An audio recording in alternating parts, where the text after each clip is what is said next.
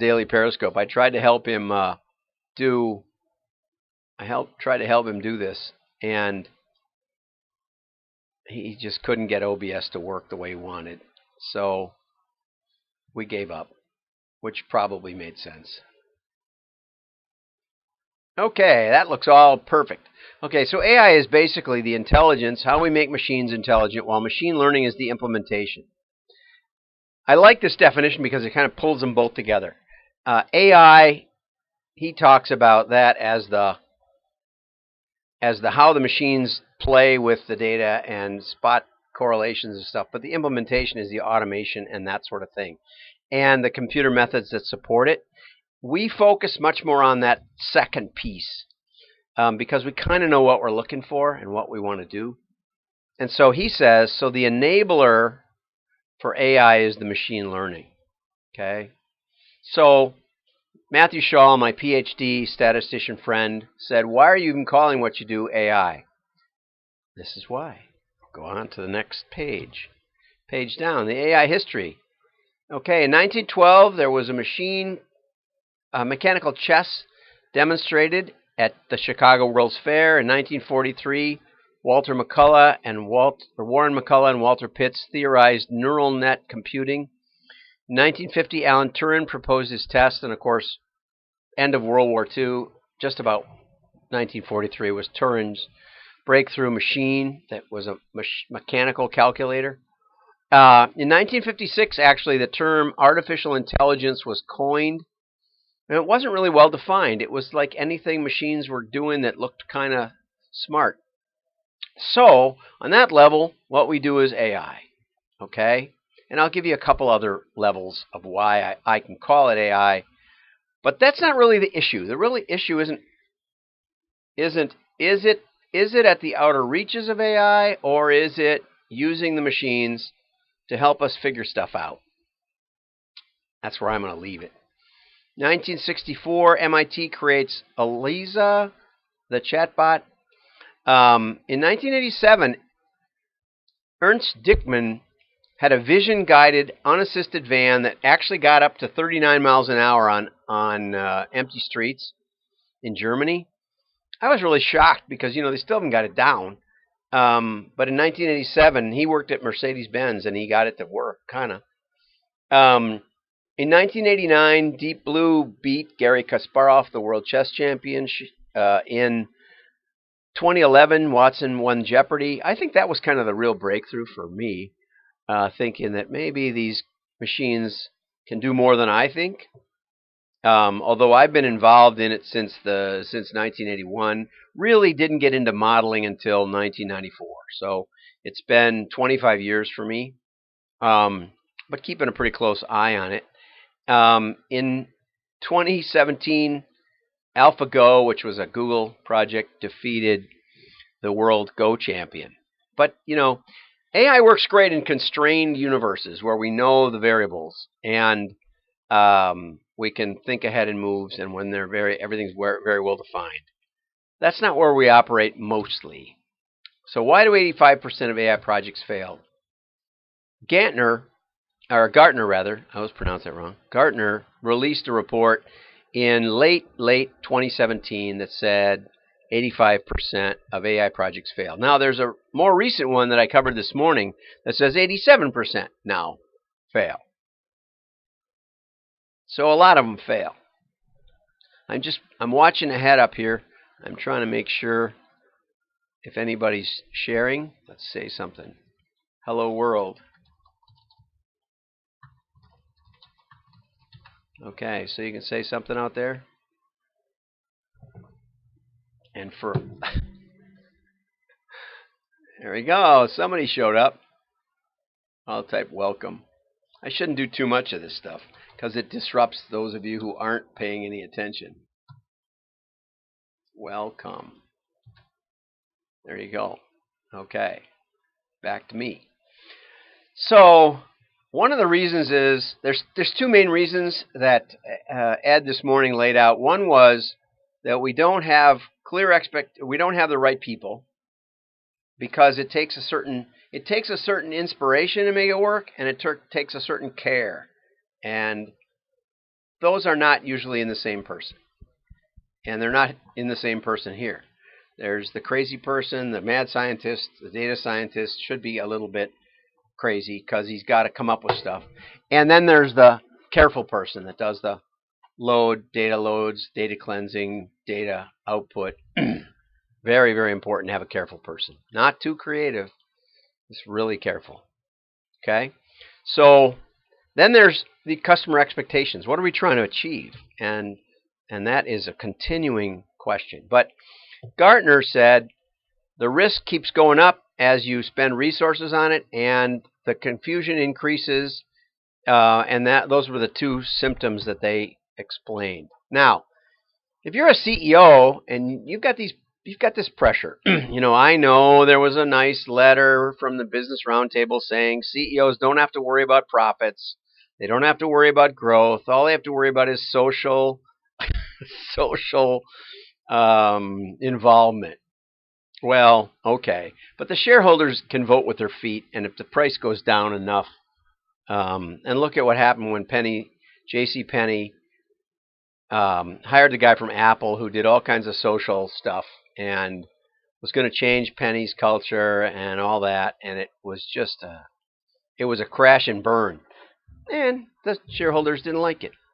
So you can talk all you want about how a CEO might inspire us all, but ultimately the shareholders are on return on investment, or they'll go to somebody who does understand it.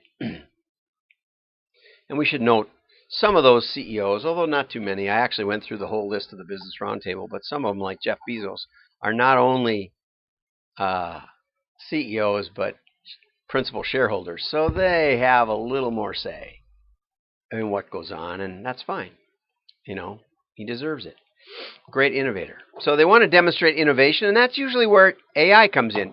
All kinds of articles are about AI and how it's going to be the future. It is probably going to be the future. And if you've ever been on the board of directors, most of the time you'd really like to get rid of those marketing people because you don't quite understand what they do. It doesn't seem like they really work. They play, they play with radio-controlled cars, and they do a lot of crazy stuff. And if you look at Tom Fishburne's stuff, you'll know why the C-suite and the board, doesn't know what to do. So we're hoping that AI is the future. We're hoping that it's going to give us insight into the customer engagement, into our offers, into our product development, all of those things, which it can do. It's already doing. It does it with our system, even though we might call that more machine learning, or we might just call it machine-assisted analysis. You could probably call it too, although there's a lot of iteration and cooperation between the human and the machine. So for those reasons, the CEO does want AI's return on investment, and the CEO will tolerate some uncertainty, but they really want to know that it's going to improve as you go, and it should contribute to scalable growth. So those three things are why the CEO is looking at AI, because it thinks that they can deliver some insights, and it absolutely can. Or, I'm going to just use that general term. What marketing wants AI predictive modeling, and Ed and I were talking after the show this morning about how it might be predictive and it might be prescriptive. And I think it's prescriptive. And we'd love to know what the customer is going to do next. No, what we really want is we want to know who we want to talk to next. Who is more likely to buy, or even more profoundly, who is least likely to buy. That's one of the differences in our system, is rather than try to guess who's going to buy next, which I think is darn near impossible. Why? Because I can't guess when I'm going to buy next. Today I decided I wanted some zip-off cargo pants because I couldn't find mine. If you asked me 3 days ago if I would have wanted zip-off cargo pants, I would have said, no, I got 2 pair. Couldn't find them. So I'll go get some. Short of my to-do list, what is on there right now, I don't know what I'm going to want to buy next. If I can't predict me knowing all I know about me, how are you going to predict me knowing something, not much, about me? But if you're selling a $100,000 brand new Mercedes, you might be able to figure out that I'm not a candidate, though I have two Lexuses, but I buy them for different reasons. And you might be able to rule people out. We've had much more luck in ruling people out in terms of prescriptive modeling, as Ed told me I probably am doing. Okay, here's some of I've taken these from a number of industry sources. I have a list of links, helpful links at the end. But marketing is a high priority target. Maybe because we want to automate the marketing department out of existence, but maybe not. The CMO, interestingly, software companies have decided that the CMO is an easier target than the chief technology officer or the chief information officer. Of course, that's also because the CMO is shorter tenure. And so they're going after the CMO in a big way and making lots and lots and lots of promises. We'd like to improve customer experiences. We'd like to sell products, services to existing customers. That's the best place to start, I have to say. A lot of people focus on the other one. Guess who? Model your good customers and then figure out who is like them. But it's very, very difficult to do that. It's much easier to figure out who's not like them than it is who's like them, because a lot of times people will buy from you for unknown reasons. You might have messed up an order and then fixed it really well. Well, you're not going to mess up every order because it could drive you nuts, drive the customers nuts. But if you fix them well, those customers might love you the most. And that's I've never had a database that has that in there, but it certainly could be in there. So that's where we start. We start with selling to existing customers. Who's most likely to buy next, and who might buy either because of or in an existing category. Market research more generally. Our process is very, very, very transparent. We're going to get into that in a second. And so it does help you get insights into untapped markets, into hidden opportunities. It gives you surprises. So it's a good goal. Acquiring customers, also a good goal. Once you figure something out about your customers, you can go after the other ones. Go after the new ones. And we have a case study at the end that's going to explain how we did that with one client recently. And this one I found literally word for word. Improving direct marketing programs. I'm not exactly sure what they mean because most people don't know what direct marketing is, but it was in a list of things that machine learning could maybe do for us. The top 10 goals were improving customer understanding, retaining customers, improving customer experience, selling products, market research, acquiring customers, etc. Okay, so now let's talk about the challenges of machine learning. There's some big challenges. The first is that a labeled data set is essential. So when they wanted to teach Watson about playing Jeopardy, they used 120,000 Jeopardy answers, or Jeopardy questions really, the clues and the questions, the answers and the questions, those sets, so that Watson could see what a right answer looked like. That is a challenge because we don't have good labeled data sets in marketing. And most of our marketing doesn't tell us what's going on. So you run a TV commercial in the old days, for your bar of soap, and sales go up. That's good. But what variables drove that? What kind of people bought your soap? You can tell a little more now, but the grocery stores are sharing some of that data, but it isn't rich. It's not real rich. You might, if you're lucky, you get the geodemographics out of it. You have to do a lot of work to get beyond that. So we don't have a good labeled data set, and digital is even worse.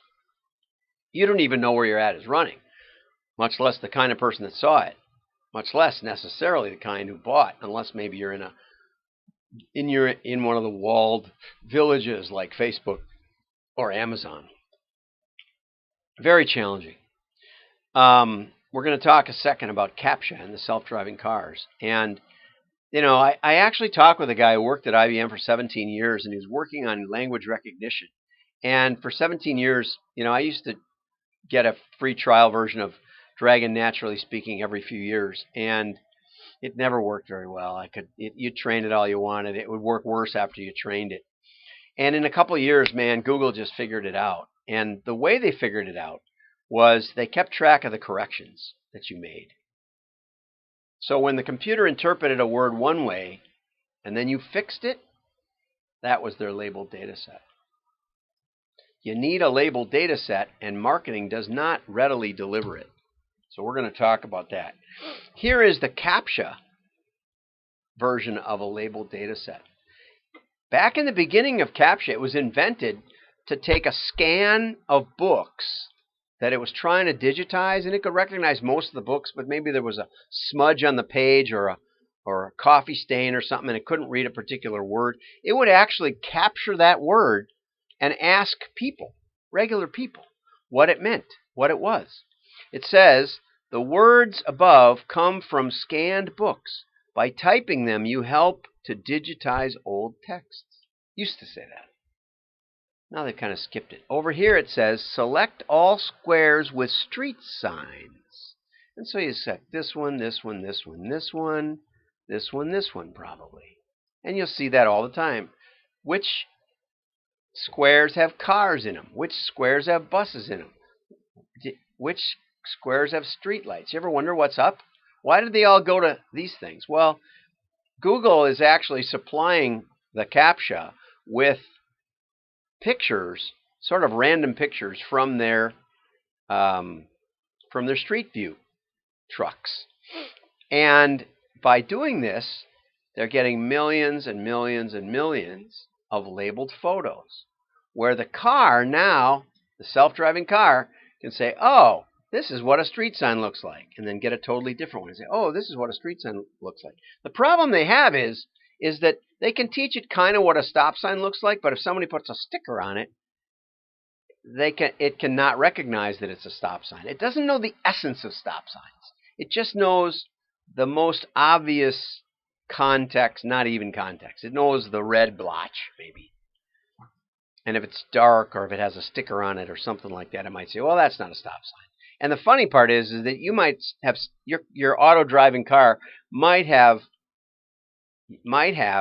stopped at that stop sign 150 times for months, and all of a sudden goes blowing right through it, kills somebody, because it doesn't understand a stop sign. So Google is generating a huge labeled data set for the self-driving cars. See?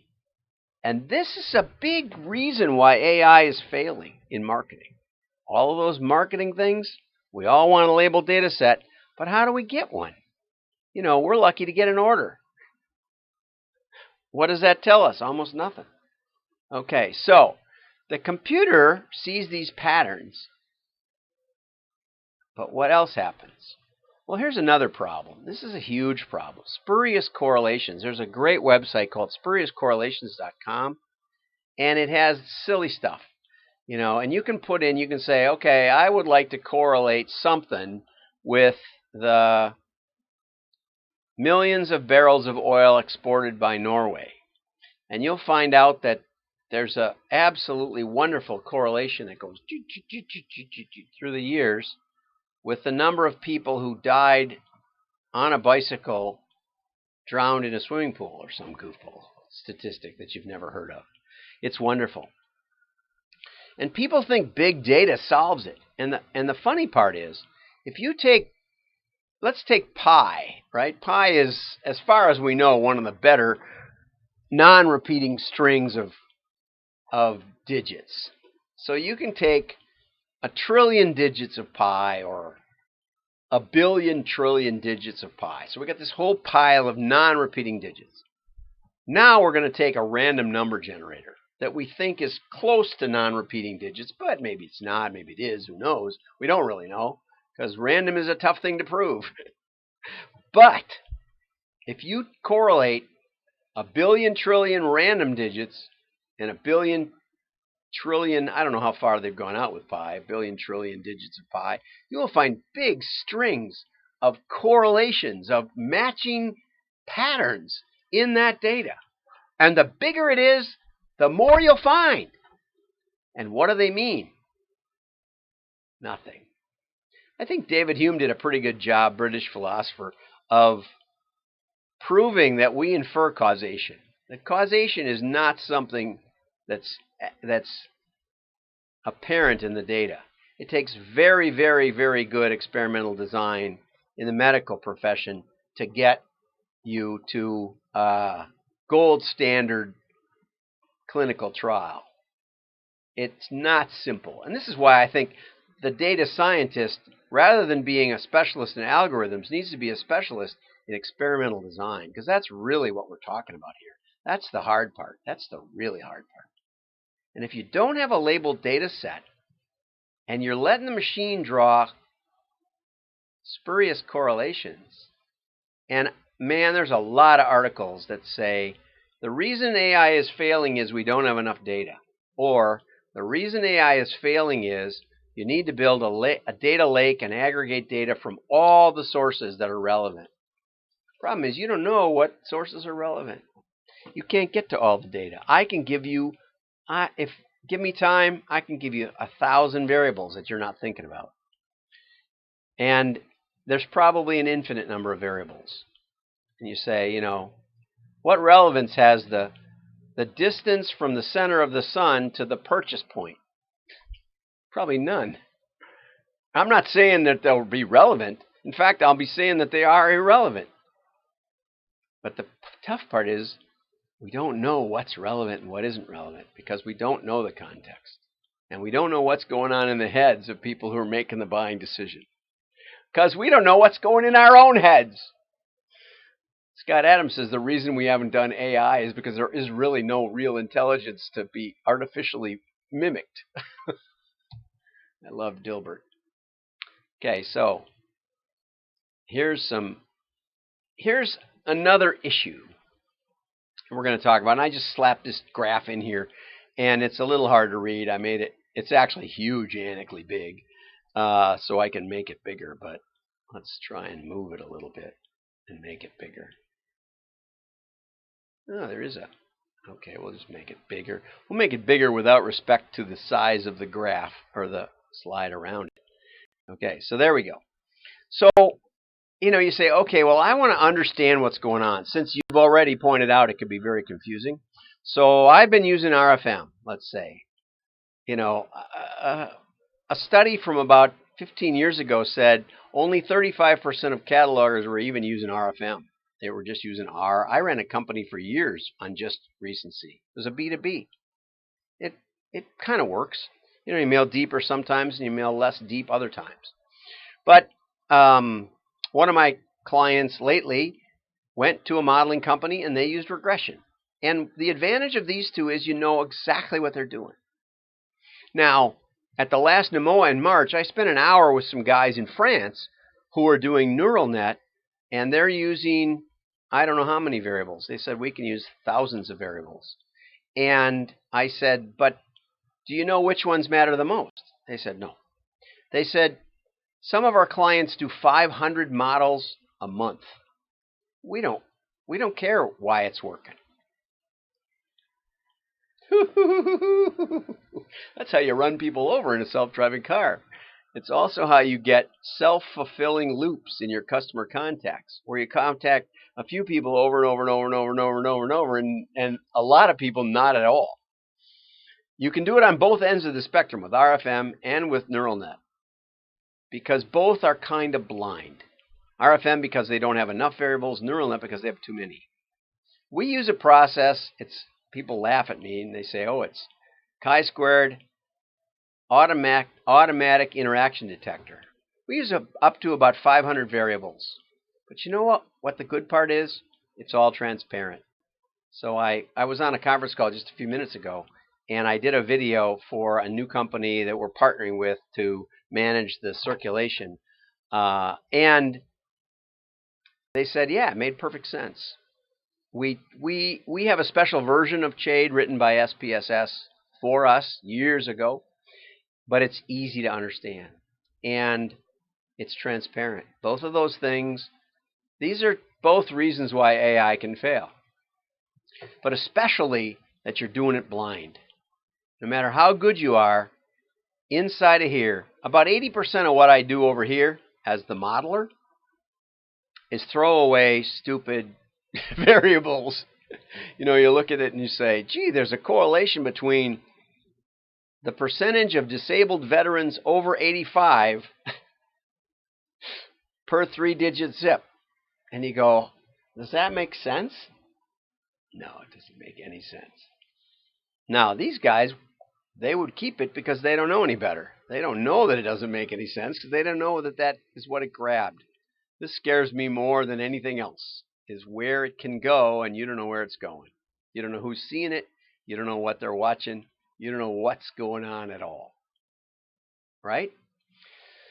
So that's one difference, and I just want to point that out, that what we're doing with machine-assisted learning, I think would be maybe a better term, is we're keeping it within the realm of transparent. But we're adding, 500 variables is a nice jumping off point, because the first 500 you throw in aren't necessarily going to they're not all going to work. And so you can throw a couple of hundred away and put a couple of hundred new ones in there. It's not that hard. So we calculate more. We calculate over 1,000, I would say, typically. But that's a way that our process is different. And you say, oh, that's so simple. That can't possibly be AI. Okay, that's fine. Well, but find somebody in AI that's going to promise you an ROI in 30 days or 90 days or whatever it is. Okay, so let's go back to the slideshow. See if I can get to the next page. I don't know if I can get to the next page because I screwed this up. I'll have a drink.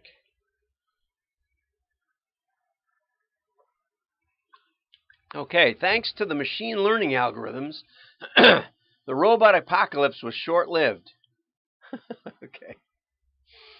That was surprisingly easy. How come the robotic uprising used spears and rocks instead of missiles and lasers? If you look to the historical data, the vast majority of battle winners used pre-modern weaponry. Yeah. So if you used the weapon winning the most battles, if that was your key variable, you would get rocks and spears. Although I've read that bow and arrow killed more people than any other weapon. So maybe you get bows and arrows. Now, if you wanted to win and you were a human, you'd say, no, I want the head-to-head comparison. Give me the weaponry that I want to build it in a hierarchy, which is exactly what CHADE is. It's a hierarchy. Let's see what the most effective weapons are compared to other weapons. Let's do the head-to-heads. Build that tree. But this is the problem. And if you're doing AI in a neural setting where you don't know what's up, and I'm not saying there aren't ways to figure it out, because I know there are, but I know they're complicated, and they probably won't get you going in 3 months. Let's go on. There's also digital challenges. This is a slide from a year and a half ago or 2 years ago. No, just a year ago, of the omni-channel world. And what it shows is all the places you can put your ads. And you can have AI-assisted ad placement. So you're not even sure where it's all going. Right? Got it? And it's more, I'm sure, than that. That's only 250. So there was a CMO survey, and this is from 2 years ago, but it's been updated, and it isn't that different. You can find it here. Click the QR code. Click the QR code, and you can have it all to yourself. Okay? And 349 U.S. marketers at big companies, and 45% say they're unable to show the impact of social media. 40% have a qualitative but not quantitative sense for the impact of social media. So if you're mainly in digital, I hope you have a warm feeling about digital. And you probably do. And one of the guys who registered is like all digital. And, you know, I'd really like to work with some more all digital companies and figure out how we can make this work better. Because you don't have a good labeled data set. You don't know who's in front of it. You don't know who's actually watching it. You don't know the engagement. It's very, very low. Okay? Here's one from the Content Marketing Institute from 2 years ago. They said the percentage of marketers that measured sales impact of their advertising was only 30%. But the number who said that their content marketing increased sales was 57%. We used to do a survey of electrical distributing companies, and we asked them how many have a business plan, and 90% said yes. We asked how many have a written plan, 10%. This is one of those. And here's again the link to the. There's a link to the. And the links are at the end. Okay, digital ad fraud, second only to drugs for organized crime. What are we going to do about the wall? No worries, we just get more bots in the ANA. Okay, the World Federation of Advertisers estimated it at 16 or so billion. But today there was an article that said that the download, if you're paying by the downloads of your app, it said that the download fraud, I believe it was over 40 billion a year. And they estimated it's going to go to 100 billion in download fraud. So it used to be that the bots would visit websites and drive up their number of viewers on your ad, so you paid more for it. Then the bots learned to click through, so that if you're buying by click, you were getting them to click through. Now they're downloading your software to their phone farm, and you're paying for that. So if you're super confident that you've increased the number of downloads of your app and that's going to drive engagement and ultimately purchases, this is scary stuff. Digital is scary to me. To me it is, maybe not to you. Okay, P&G, this was actually, there are many more recent articles in this, but this one I just happen to have the screen for. P&G slashed its digital ad spend. I think they cut $400 million out of it. And not only did nothing bad happen, their sales actually went up. Am I saying digital can't work? No, of course I'm not saying that. I'm just saying you have to be really careful. And I know you guys are all smarter. But even when you're careful, attribution is almost impossible. It's harder than the old TV ads because we could put in, call and ask for Doris on one split, or call and ask for Lenny on the other split. And as people came in, we could at least track it somehow. Or we'd send them to a landing page or something else. So digital is getting harder and harder, and that's why some people, again, use the walled village for their testing, for their reconnaissance, for the laboratory. But I'm going to advocate something else. Digital ads are kind of like playing penny slots. So my wife went to Vegas, and my daughter gave her $1. We're not big gamblers because I know the stats, right? Although I did play some 40,000 rolls of dice in an automated craps game, and figured out that you could play and probably most of the time only lose 0.5% of your bet over a long period of time. So if you liked it, and sometimes you'd go up a bit, but if you play long enough, you can't win, and you can go south very fast. Okay? So my wife said to me, I'd like to play the penny slots. I'd like to play, she had $1 from my daughter. She says, I want to play for a long time. I want to play and play and play and play. And that will give me lots of chances to win. And I think that's kind of the way the digital guys are thinking. And I said, no, you don't quite understand the statistics of the game. I said, that slot machine is programmed at a certain level of return.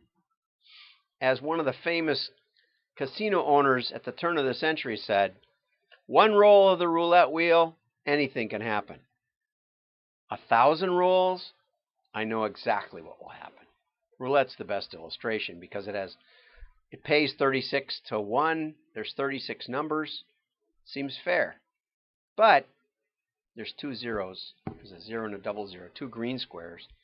And those two green squares give you 37 and 38, and that's the percentage that the roulette wheel returns. Pays 36 to 1, odds are 38 to 1. Pretty simple. Pays 50-50 on the red-black. Odds aren't quite 50-50. Okay, so I said to her, go find a machine that's $1, put the whole dollar in, find one with an arm because they'll have more fun instead of hitting a button, and pull it once and see what happens. And I have it on video somewhere, and she won $10 and was just so excited. Then took it to the window and cashed in, and she beat the what happens in Vegas stays in Vegas. She took an extra $9 home. And the truth is, with low engagement, low cost, low interest, high fraud, I'm not saying don't do digital. I'm just saying that's not the best place to learn. That makes AI really hard. So now, believe it or not, and I know this is crazy, and if you're in digital, just stay with me for a little while, okay?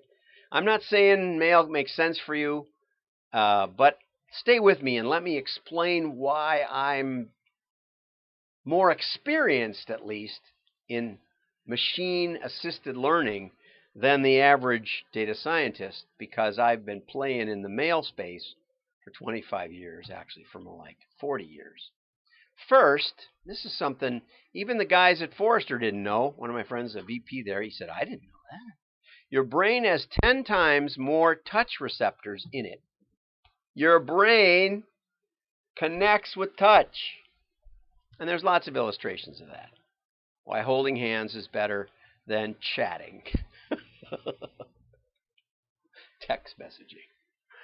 And so 10 times more touch than vision processing.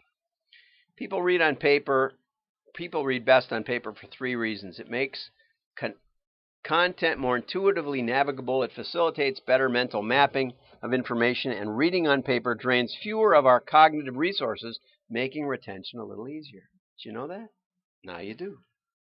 So retention is better, but also engagement is better because inherently mail has touch built in.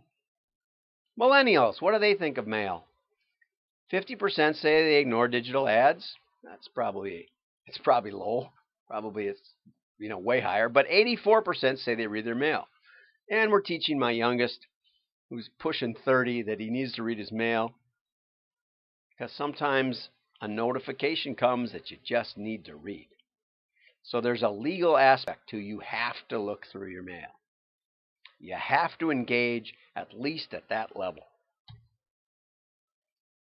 Royal Mail did a study, and they said 87% of people said that they were influenced to make an online purchase as a direct result of receiving mail. What do you know?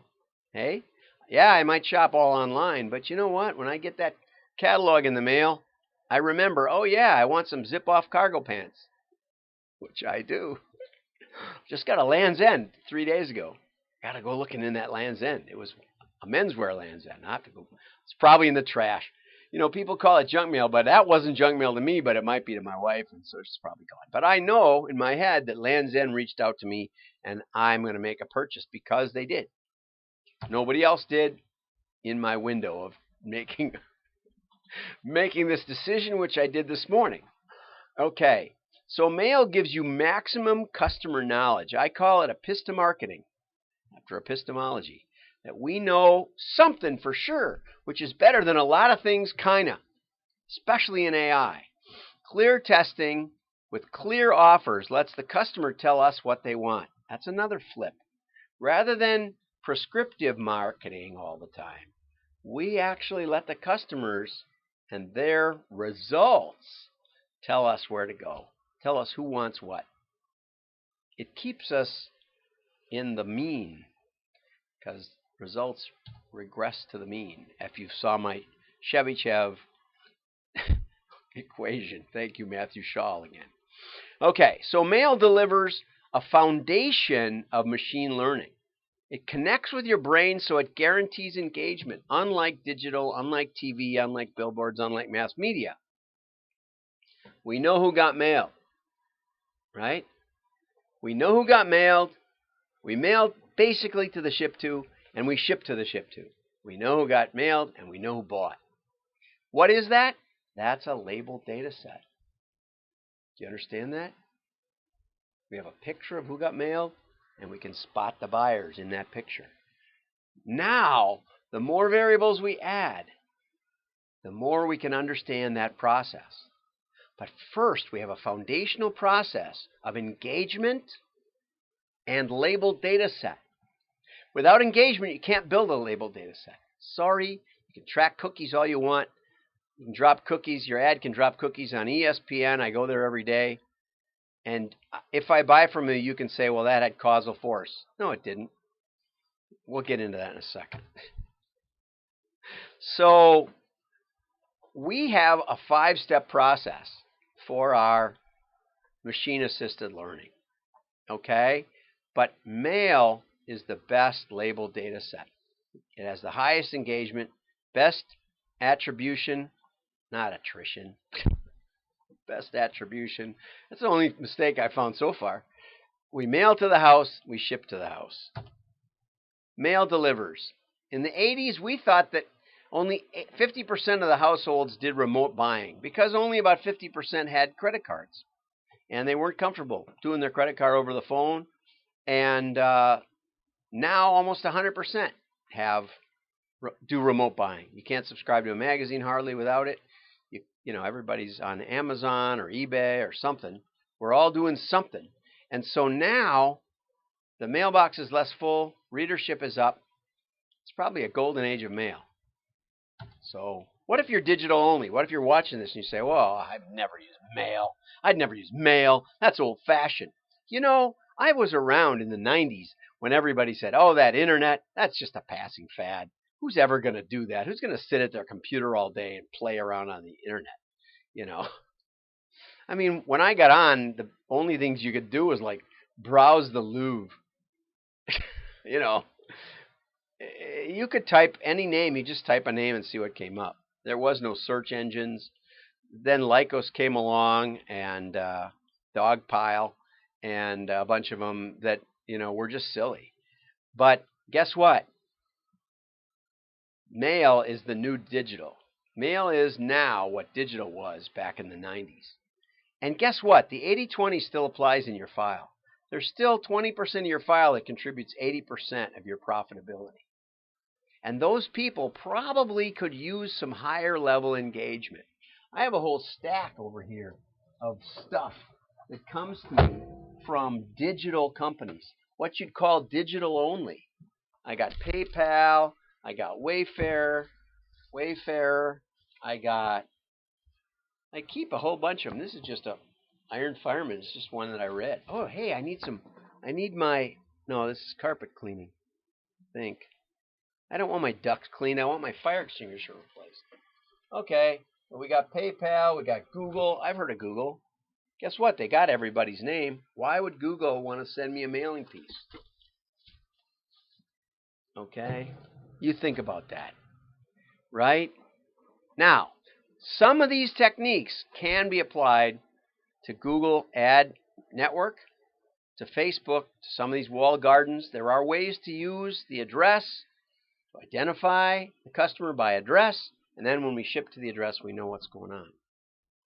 So I really want to talk to you if you're digital only. I also, before this webinar, made a handshake deal with a couple of printers that can very quickly produce postcards. And the case study goes into the postcards. And we can get you in the mail to test with a very short time. We can probably still make that 90-day window, even if you've never done mail before. So talk to me, and we'll talk about how it might apply to you. I can't promise because it depends on kind of what you're selling and other stuff. So let's talk about case studies. Okay, Tuesday, May 21st, 2019, Nordstrom cut its forecast for full-year sales and profit after reporting weaker than expected first quarter results. Eric Nordstrom said that the company stopped sending rewards notes, mail, to its loyalty customers by mail in an attempt to get the program online and reach customers faster. Cheaper is what he should have said. We wanted to cut costs. That shift caused a reduction in foot traffic at all of its stores. See, they should never have done that. Any dumb data scientist would have said, why don't we try it at a few stores and see what happens? What an idea. All of its stores, Nordstrom said, as many customers rely on receiving those rewards by mail, the results were hurt by stopping its use of direct mail. That's a literal quote from the transcript. J. Jill. Total net sales for the 13 weeks ending May 4th, 2019 were like a few percent less, down 5 million for the, 2% for the 13 weeks ending May 5th. Linda Heasley, president and CEO, said, we planned some shift from direct mail to alternative media options, primarily digital. In hindsight, we moved too much too soon.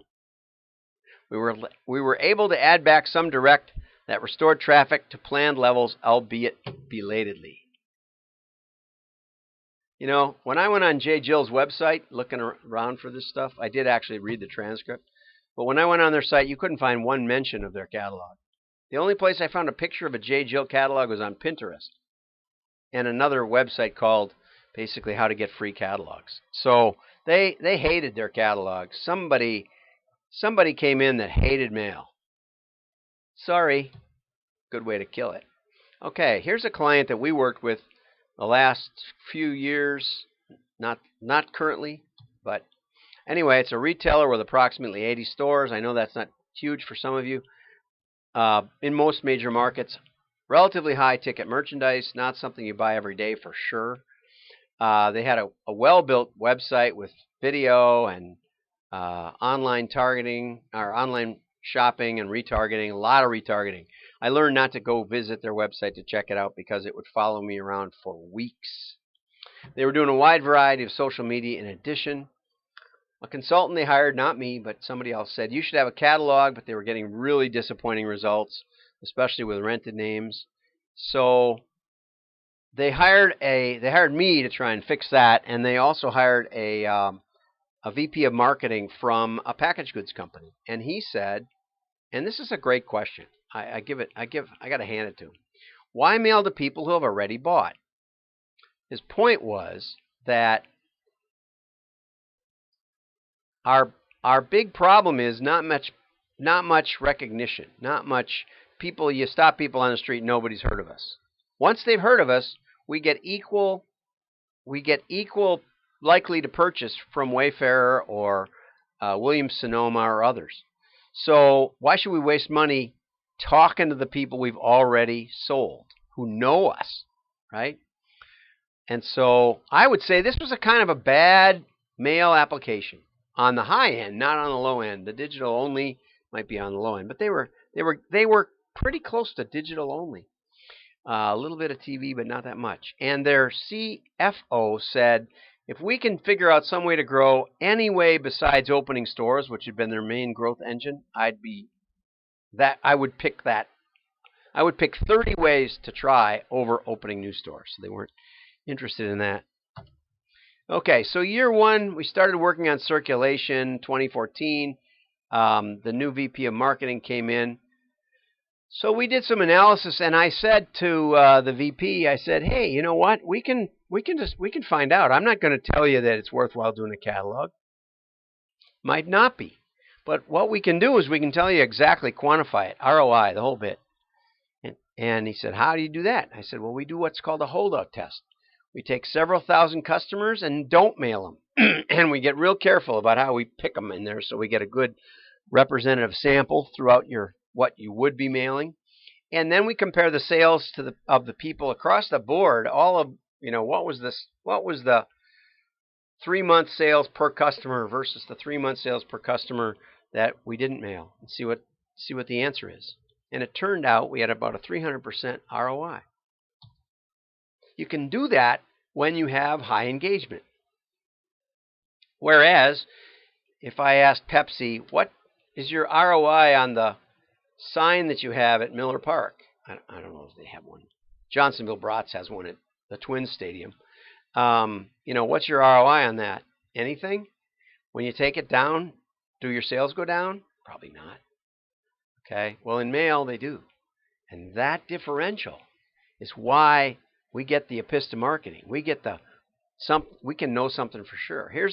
We did these tests every year with Musician's Friend for year after year after year, and it always came out the same. The people we didn't mail, we held out, did one low. The people we mailed, no matter what, we careful sample sets. People we didn't mail didn't do as well. If we skipped a month, they did worse. If we skipped 3 months, they did even worse. And it's a common thing that direct mailers do that the rest of you can't do because you're digital only. The other thing we did in year 2, I showed them this map that, gee whiz, even your web customers seem to buy near the stores. I'm not going to show you details on that. But, the idea was if we're digital, we don't have to worry about being close to a store. We can sell to anybody all over the place. Yeah, but the data didn't show that. So most of web sales came from very close to the stores, even if they were repeat purchases. And the first holdout testing showed 3-time ROI, 300%. Serious branding feedback helped us refine the catalog message that applied to prospecting. We started testing a variety of prospect mail. I said, if you got 300% ROI in your catalog, you can sure do better than break even, and maybe you'll drive some traffic, which we were able to do with postcards. We also did geodemographic modeling of prospects in a couple of major markets and extended them to other major markets. A lot of stuff worked out. We also noticed that there was a lot of purchases coming from right next door to people we mailed. So we know we mailed, and we got an order from just apartment 3B, apartment 3C, that kind of thing. When we took those into account, we did it both ways, but when we took it into account, we had a 900% ROI. Okay? I think it was pass along. How many times you pass along a digital ad? Not much. I haven't. It'd be hard. But with, mailing the customers regularly, they take a catalog. Also, it says or current resident, which means the Postal Service might, not saying they do, might just drop it in the lobby. So, if they drop it in the lobby, it might get picked up by a neighbor who figures, well, the person whose name is on here maybe moved out. They must have liked it. What's this about? Right? Now, another thing, and this was not me, this was all them, they experimented with retargeting with mail. So, as we refined the offer, they improved the TV ads. Again, that was them, not me. But as they improved, as we tested which drove more traffic, which drove more sales, with the postcards, with the simple A/B splitting, and we could find out which offers were more persuasive and more effective, then first they changed the TV ads to really hone in on that message. Okay? So we were able to use mail as a research tool and connect it directly up with its impact in sales. The messaging with the sales. Then we extended that to TV and to digital. Okay? And then the TV in the market, and they might have had 5 stores in a market. The TV then drove traffic to their website. And then they came around. I should probably rearrange these. And then they sent them a postcard inviting them to the store. Fantastic work. Worked fantastically well. In 2017, which extended into 2018 to about Super Bowl Sunday, their sales were up well over 30%. And this is all public information. They're public. They went public, and so they're still doing really well. They're still growing. So we did the holdout, showed them the return on investment, did prospecting, did traffic building, tested the offer, and then TV poured gas on it, and digital. And you can see, before we started with them, before we started with them, it was pretty flat, and then whoosh, up. So they went from 50 million when we started to 100 million when we ended. And mostly because they weren't going to do catalogs. They were going to do all in on the postcards. And, I said, okay, God bless. And the postcard guy is who I want you to work with if you're digital only. So we already got that handshake with Brian. So that's pretty exciting, too. Okay, so how do we make money? With Cabela's, they were doing RFM. We did this was our very first real model with a real mailer. And they dropped $5 million, and I said, do you have a backup plan or something? They said, no, your worst is going to be better than our best. They believed in me to heaven. God bless them. And they told us we made them $2.4 million more profit on that one drop. There were extenuating circumstances. Later, we did a head-to-head uniques test, like we're talking about with the ROI guarantee, and we won by 74%.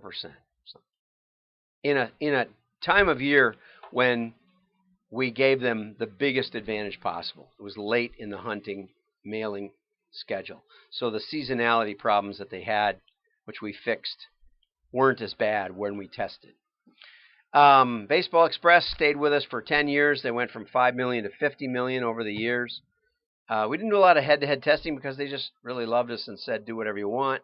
Musician's Friend, unknown to us, tested us 11 times. The last time we were told by another consultant, did you know that they have accused you of cheating on your modeling? I said, I didn't know they were testing. He said, that's what I thought. And I said, I don't know how you'd cheat. He said, that's also what I thought.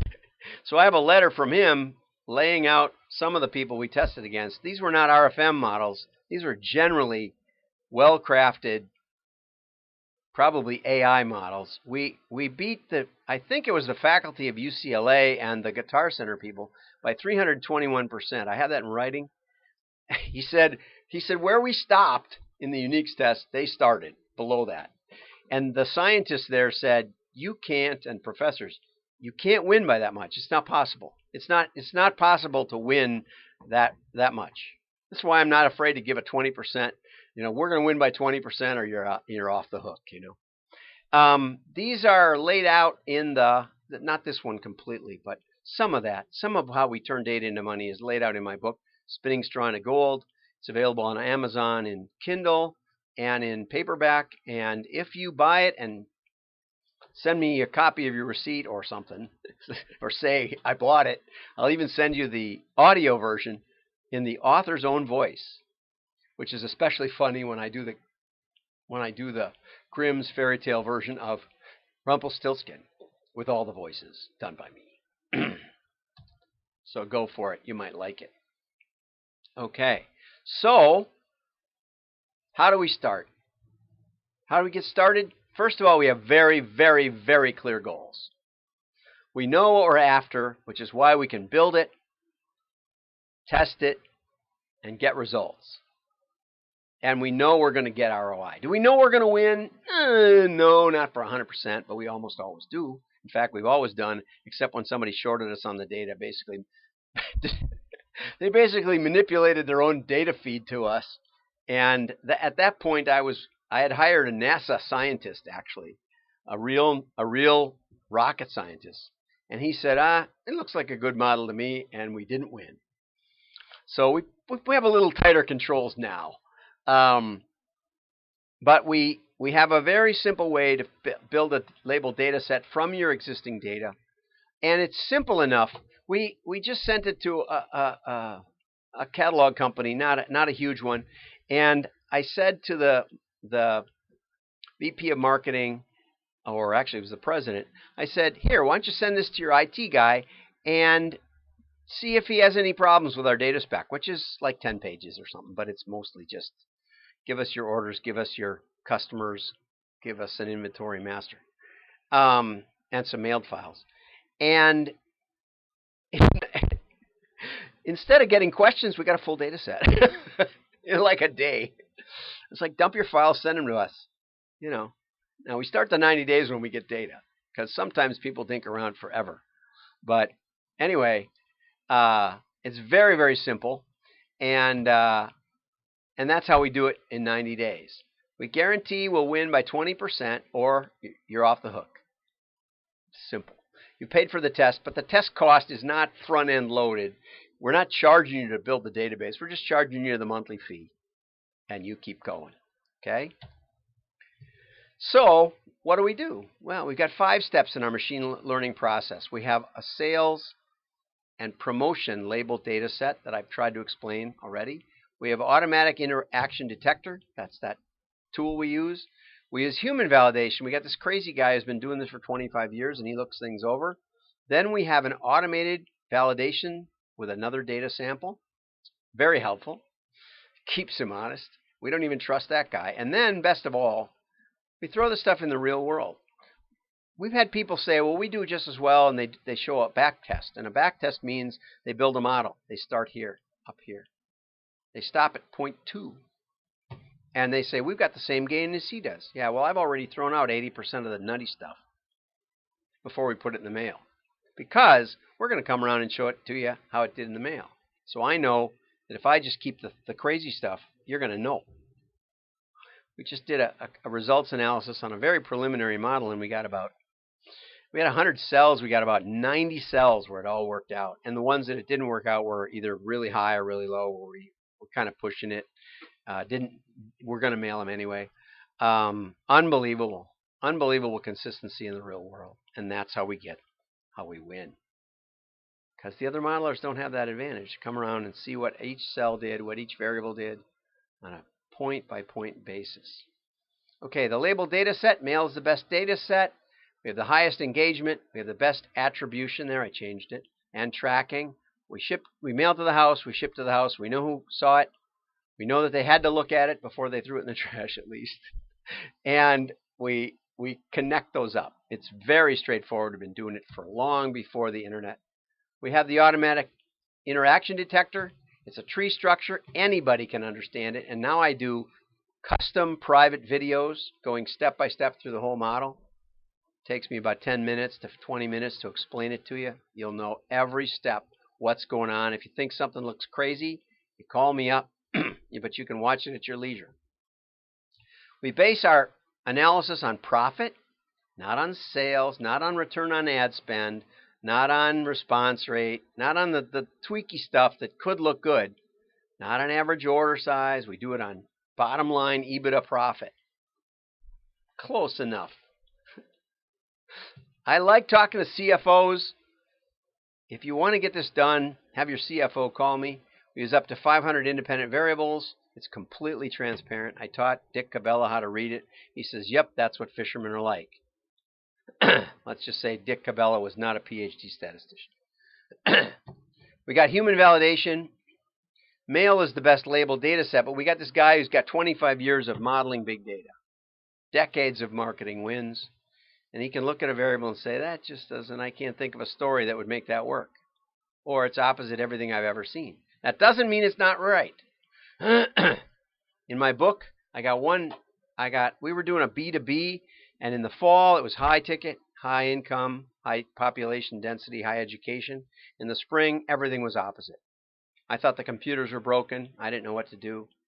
It was for dog grooming supplies. I called my buddy who had a couple dogs out in the country. I said, Johnny, you ever get your dogs groomed? He said, no.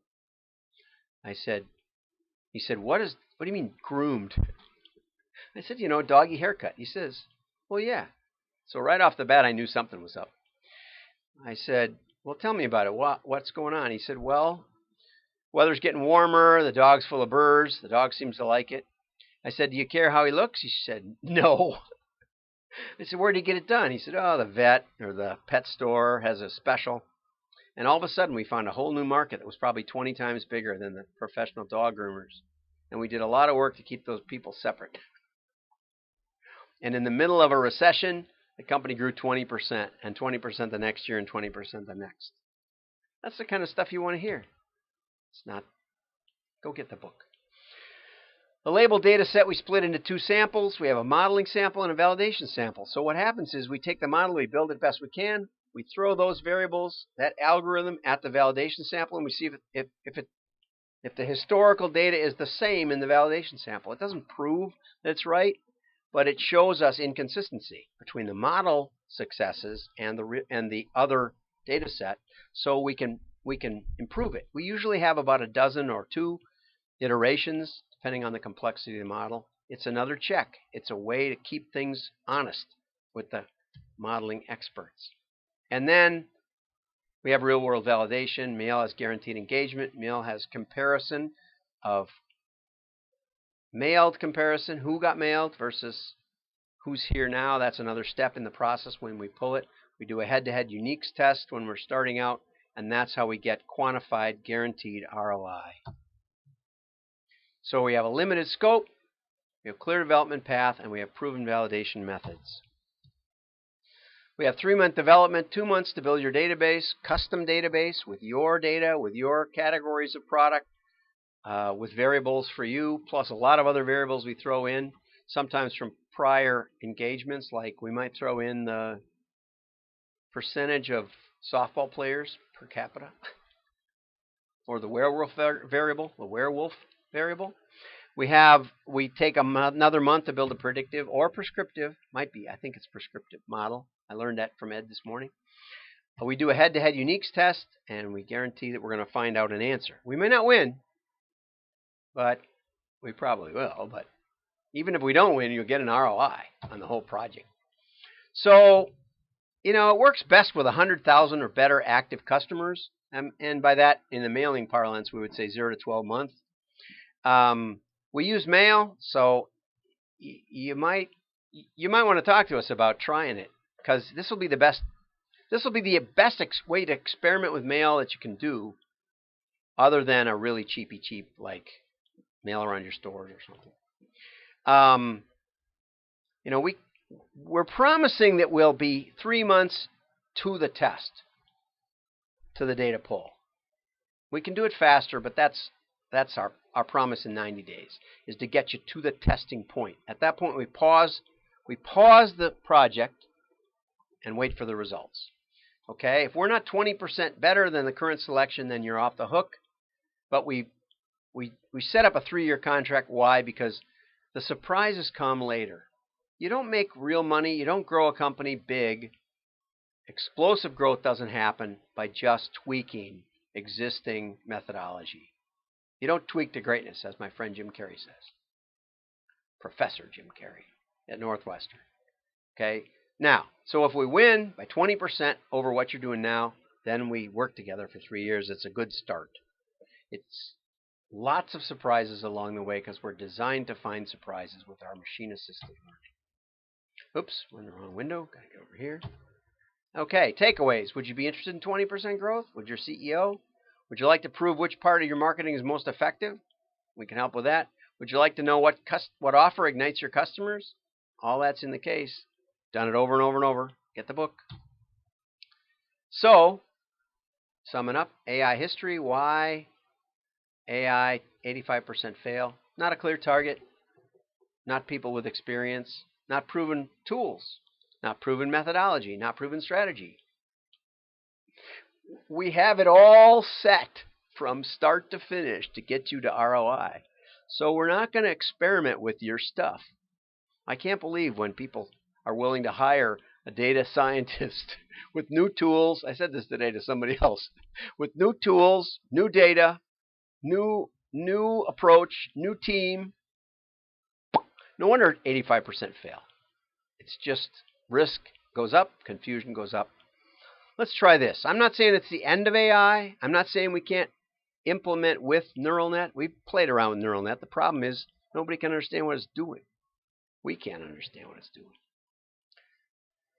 So we've explained why data science is hard and how our process is completely opposite. Our process is we tell you what we want, we get maximum engagement, and we know what we're looking for. It's a sluice. It's not data mining. It's not go out there and see if you can find something valuable in the data. It's a totally different approach.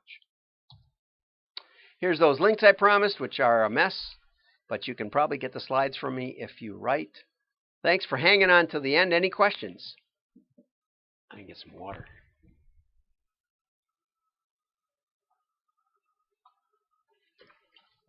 I really want to hear what you thought, because I got to figure out if I'm going to do these again. But I hope it recorded. It probably did. Almost always they work lately. So I'm not seeing much engagement here, which is probably the way things usually are. But that said, at, at least we give it a good run, and we'll probably do it again. I'm John.